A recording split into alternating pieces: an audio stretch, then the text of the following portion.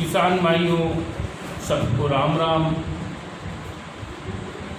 इस कोरोना जैसी महामारी में जिस तरह से किसानों ने पूरी ताकत के साथ पूरे देश के पेट को भरने का काम किया, चाहे वो अनाज हो, फल हो, सब्जी हो, दूध हो, हर आवश्यकता की चीजें एक एक व्यक्ति के पास पहुंचाकर पूरे देश का पेट पालने का काम किया। यहाँ तक कि सब्जी बेचने में, दूध बेचने में किसानों ने लाठियां भी खाई हैं, गालियां भी खाई हैं, अपनी मोटरसाइकिलों का चालान भी जबरदस्ती करवाया है, फिर भी अडिग रह के पूरे देश का पेट पालने का काम किया है। इसके लिए दिल की गहराइयों से किसान भाइयों को नमन करता हूँ, प्रणाम करता हूँ। और इस समय जो देश प्रदेश की स्थिति बनी हुई है, वो इससे भयावह स्थिति हमारी समझ में सन 1947 में देश के विभाजन के समय भी नहीं हुई होगी। चारों तरफ हर सड़क पर हमारा वो व्यक्ति जिसने इस पूरे देश के ढांचे को खड़ा किया, जिसने कारखानों में रातों दिन काम करके देश को विकास के रास्ते पर लाकर खड़ा कर दिया, और आज वही मजदूर सड़क पर बेबस मारा घूम रहा है। न कोई खाना देने वाला है, न कोई पानी देने वाला है, और शासन प्रशासन मौन होके तमाशा देख रहा है। जब चुनाव का समय आता है, तब गरीबों की याद आती है, मजदूरों की याद आती है, किसानों की याद आती है, और वोट लेने के बाद किसानों की, गरीबों की, मजदूरों की तरफ देखने वाला कोई नहीं है। सरकार बड़े बड़े तुगलकी फरमान जारी कर रही है, सरकार बड़े बड़े वायदे कर रही है, लेकिन जमीनी हकीकत पर इन मजदूरों के लिए कोई भी व्यवस्था सरकार के द्वारा नहीं की जा रही है। पैरों में छाले, छोटे छोटे बच्चे, माताएं, बहनें हजारों किलोमीटर भूखे प्यासे चल रहे हैं, उनको साधन नहीं मुहैया कराए जा रहे हैं। देश के हुक्मरानों को इन्हीं मजदूरों ने, इन्हीं किसानों ने हवाई जहाज से लगाकर गाड़ियां तक मुहैया कराई हैं। वो गाड़ियां, वो हवाई जहाज, वो एरोप्लेन जिस पर बैठ के देश के हुक्मरान यात्रा करते हैं, उनका डीजल, उनको खरीदने के लिए पैसा इन्हीं गरीबों की मेहनत से जब सरकार के खजाने में जमा हुआ था, उसी से खरीदा गया था। और वो आराम से इसमें कैसे चैन पड़ रहा है इनको, कैसे बैठे होंगे ये लोग। धन्य है वो मजदूर। मैं दिल से नमन करता हूं इन गरीब मजदूर भाइयों को, जो रातों दिन पैदल चल के, और पैदल आसानी से नहीं चल रहे हैं, शौक में नहीं चल रहे हैं। जिन उद्योगपतियों के कारखानों में काम करके इन्होंने मिनिमम मजदूरी लेकर उन उद्योगपतियों का खजाना भर दिया, उनको जमीन से उठाकर आसमान पर पहुंचा दिया, उन उद्योगपतियों ने इस मुसीबत के समय में इन मजदूरों को खाना भी उपलब्ध कराना मुनासिब नहीं समझा।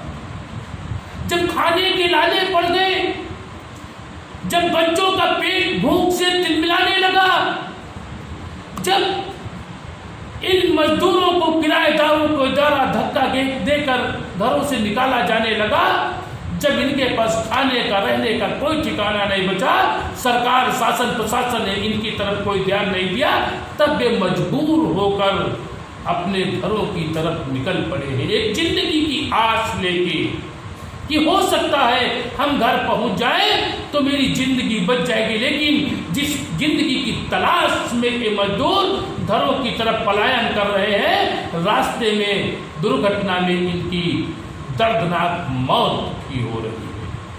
औरैया में एक औरैया नहीं, पूरे देश में अगर देख लिया जाए तो हजारों मजदूर पलायन करते समय रास्ते में बीमारी से, भूख से और दुर्घटना से अपनी जान गंवा चुके हैं।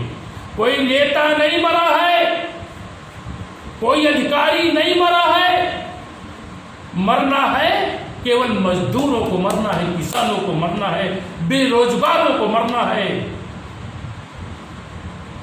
चुनाव के समय हम तो देखते हैं बहुत से लोग सोशल मीडिया पर, प्रिंट मीडिया पर, इलेक्ट्रॉनिक मीडिया पर और यहां तक कि माननीय मुख्यमंत्री उत्तर प्रदेश योगी आदित्यनाथ जी भी अपने भाषणों में, अपने वक्तव्यों में हमेशा हिंदुत्व की बात करते हैं, हिंदुत्व के रक्षा की बात करते हैं, हिंदुओं की रक्षा की बात करते हैं। मैं पूछना चाहता हूं, क्या ये जो सड़क पर पलायन कर रहा मजदूर है ये हिंदू नहीं है?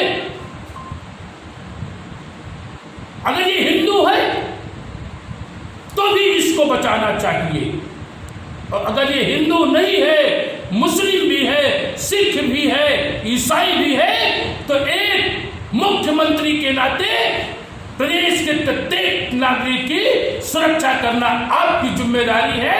भूख से न मरने पाए कोई, ये आपकी जिम्मेदारी है, और सुरक्षित अपने घरों तक पहुंचे ये जिम्मेदारी आपकी है। इस जिम्मेदारी का निर्वहन आपको करना चाहिए। लेकिन दुर्भाग्य की बात है कि आप या तो अपनी जिम्मेदारी का निर्वहन कर नहीं पा रहे हैं, और या तो प्रशासन आपके द्वारा दिए गए निर्देशों का पालन सुचारू रूप से नहीं कर रहा है, वरना ये स्थिति इस समय नहीं होती। ध्यान देने वाली बात है। और अभी माननीय प्रधानमंत्री जी ने एक बहुत लंबा चौड़ा पैकेज देश को दिया है। देश की वित्त मंत्री सीतारमण जी वो बता रही थी किसानों को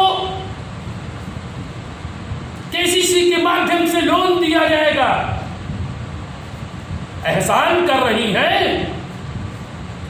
वित्त मंत्री जी, एहसान कर रही हैं, प्रधानमंत्री जी एहसान कर रहे हैं। उनको शायद ये नहीं मालूम है, जब कोई भी किसान बैंक से किसान क्रेडिट कार्ड पर 1 लाख रुपया कर्जा लेता है तो 10 लाख रुपए की अपनी धरती माँ को बैंक के पास गिरवी रखता है, तब 1 लाख रुपया कर्जा मिलता है। अगर धरती माँ को गिरवी रखने के बाद पैसा मिलता है तो इसमें एहसान किसी का नहीं है।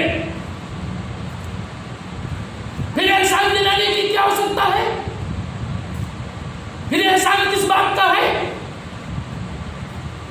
अगर किसानों की वास्तविकता में सरकार किसानों का हित करना चाहती है, किसानों की तरफ ध्यान देना चाहती है, तो सबसे पहले एक बार किसान को कर्जा मुक्त कर देना चाहिए। आपको किसानों का समस्त कर्जा मुक्त खत्म करके एक बार किसान को कर्जा मुक्त कर दीजिए, उसके बाद किसान आपके पास मांगने के लिए कुछ नहीं आएगा। जो पूरे देश का पेट भर सकता है वो किसी के सामने हाथ फैलाने की स्थिति उसकी नहीं है। उस किसानों की दयनीय स्थिति को बनाने वाला और कोई नहीं है। हिंदुस्तान की सरकारों ने ही किसानों की ये स्थिति बना के रखी है, और आज किसान बदहाली की कगार पर खड़ा है, आत्महत्या करने की कगार पर खड़ा है। ज्यादा नहीं कहना है मुझको कुछ। किसानों की अनदेखियां बर्दाश्त नहीं की जाएगी, किसानों के साथ अन्याय बर्दाश्त नहीं किया जाएगा। और अगर जो प्रवासी मजदूर सड़क पर निकल रहा है, सरकार ने इनकी कोई व्यवस्थाएं नहीं की, तो इसके लिए भी हम लोगों को कुछ सोचना पड़ जाएगा। सोचने की आवश्यकता है। हम अपने प्रदेश के गरीब मजदूरों को इस तरह से सड़क पर तड़पते हुए नहीं देख सकते, और हम अपने